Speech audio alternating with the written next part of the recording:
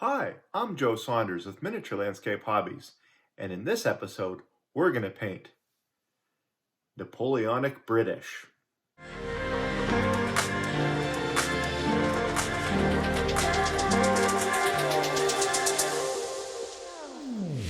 Well, I hear you all saying, Joe, we know you love tanks. And it's true that most of the miniatures I work with are usually World War II era or Cold War vintage and are rendered in 1/100. But you see, my son Mitchell is my regular gaming partner, and he considers himself a bit of an aficionado when it comes to the Napoleonic Wars. He even has a pet bunny named Napoleon. So when he asked me if we would start playing 28mm Napoleonics, of course, I didn't say no. I was quite excited for a new chance to try painting something a little different. So the next week, I went out, got my hands on the Waterloo starter box by Warlord Games, and Mitch and I quickly got down to work on the new models. What I'd like to demonstrate to you today is the process that I've come up with for painting my British troops. Painting a lot of redcoats is a pretty new challenge for somebody that's used to painting and weathering, well, green. So sit back and relax and watch my method for painting Napoleonic redcoats. The nature of Napoleonic wargaming requires fairly high model counts. So I decided to set up this paint scheme in a way that would be a decent compromise between playability, speed, and good looks. As always, I started with a black undercoat.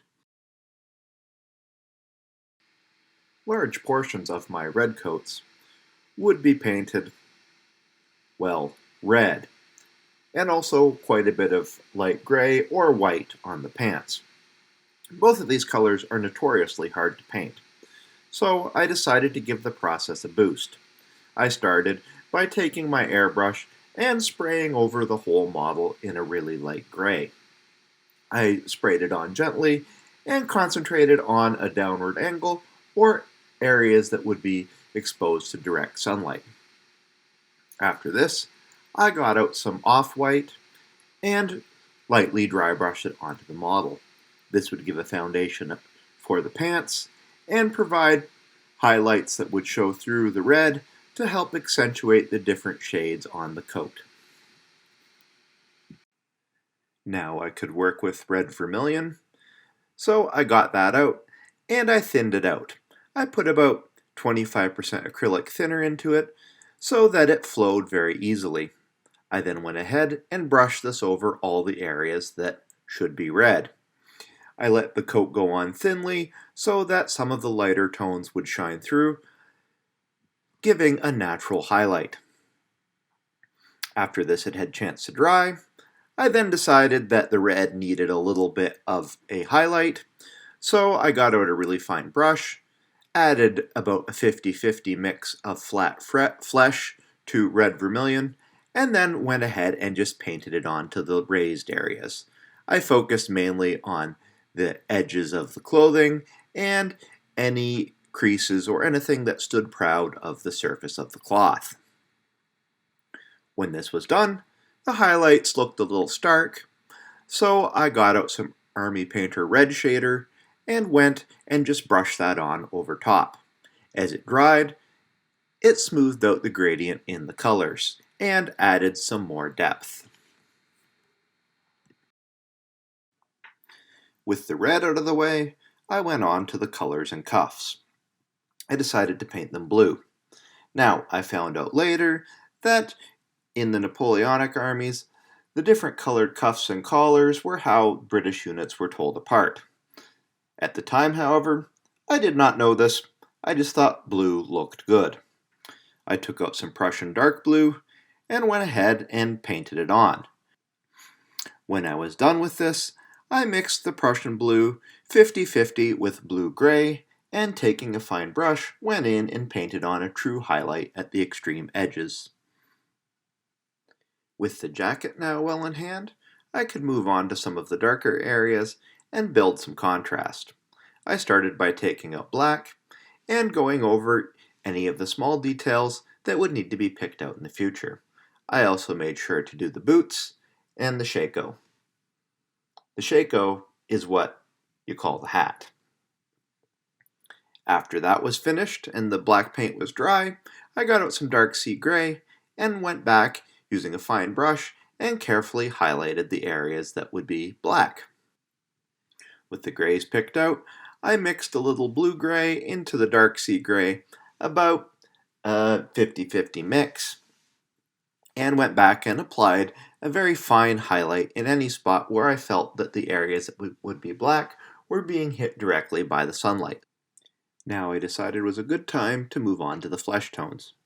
To start out as a basis, I painted saddle brown over the hands and face. When this was dry, I then went back and put on some flat flesh.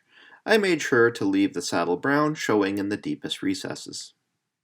On top of that, I painted the raised areas such as the tips of the nose and the cheeks and the chin with light flesh. While I waited for these previous layers to dry, I took out some flat brown and I painted the stock of the musket. I then took out Army Painter Flesh Tone and went ahead and layered that on over everything.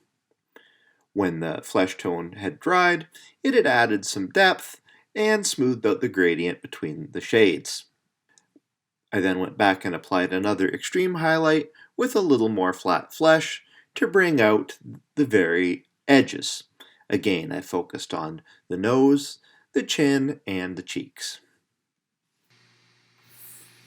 Going back to the musket, I got out old wood and using a fine brush, brushed it on at the edges to provide a highlight. I also brushed it lightly in the middle of the stock to imply that there was a wood grain there. Now I came to the most challenging part of these models, and that was working with the color white. First, I used a really fine brush to pick out the details on the straps and around the buttons on the outfit. And then I redid some of the top highlights on the pants so that the lighter color of the cloth stood out better. When this had dried, I then switched to metallics. When you're working with metallics, always use a different reservoir for water from the one you're using for your other colors, because metallics have little foil pieces in them that can contaminate your paint. I went in, painted the barrel with oily steel, and then also got out brass. I painted that onto the plate in the middle of each soldier's chest. With that, the model was pretty much finished, but I decided I needed to reassert some depth on the model. So I got out some black ink, added a little bit of airbrush flow improver to it to help it break the surface tension so it flowed better, and went in and lined the model in. That is, I took a fine brush and painted all the deep creases in around the arms and some of the important equipment. This just helps it stand out better. And with that, the project was pretty much done.